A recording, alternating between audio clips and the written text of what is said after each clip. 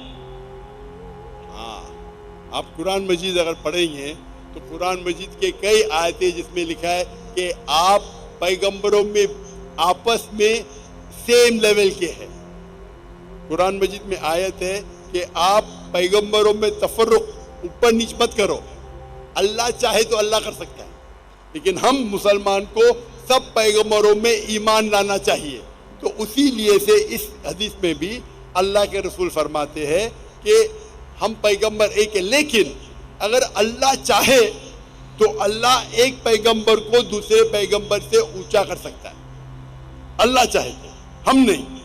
ہم یہ ماننا چاہیے کہ سب اللہ کے پیغمبر ہیں،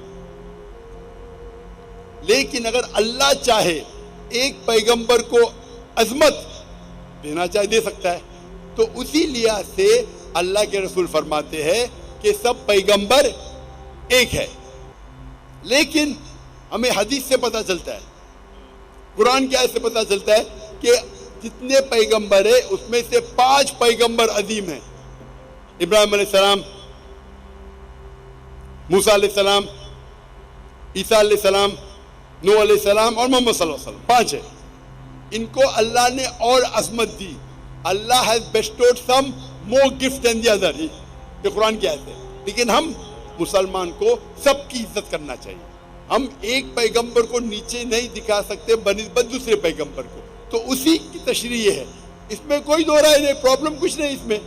لیکن جب اللہ کہتے ہیں کہ جتنے پیغمبر ہیں یہ 5 اور عظیم پیغمبر تھے، اور ان پیغمبروں میں سے اللہ کے رسول آخری پیغمبر ہے، ہم اس میں مانتے ہیں.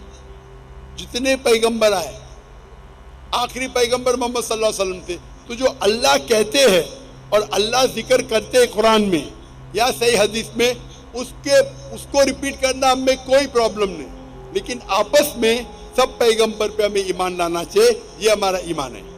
جی السلام علیکم، میرا نام حیدر گل فہام ہے اور میں دین حق کا طالب علم ہوں. میرا ڈاکٹر صاحب سے مختصر سوال یہی ہے کہ آج کے دور میں بہترین جہاد کون سا ہے؟ ایک سلام بن جانا ہے. مائک بند کر دیجئے جی، مائک بند کر دیجئے. جیسے میں نے کہا تھا کہ آخری راؤنڈ صرف مسلمانوں کے ہوں گا، اور جو سوال پوچھنا چاہتے تھے اس نے پوچھ چکا تھا. سائمن پہلے سوال پوچھ چکا ہے تو اس کو موقع دیا گیا ہے، اور اکثر سوالات غیر مسلم نے پوچھے. تو یہ آخری راؤنڈ ہے اور یہ آخری سوال ہے. بھائی صاحب نے پوچھا کہ آج کی تاریخ میں سب سے بہترین جہاد کیا ہے. آج کی تاریخ میں سب سے ہم دیکھتے ہیں معاشرے میں، ہمارے معاشرے میں ٹیکنالوجی بڑھ چکی ہے، سوشل میڈیا آ چکا ہے، کئی فتنے آ چکے.